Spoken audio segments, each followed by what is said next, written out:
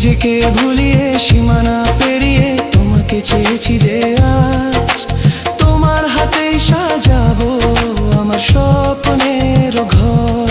আমি তোমার প্রেমে পড়ে দুনিয়া ভুলে গেছি।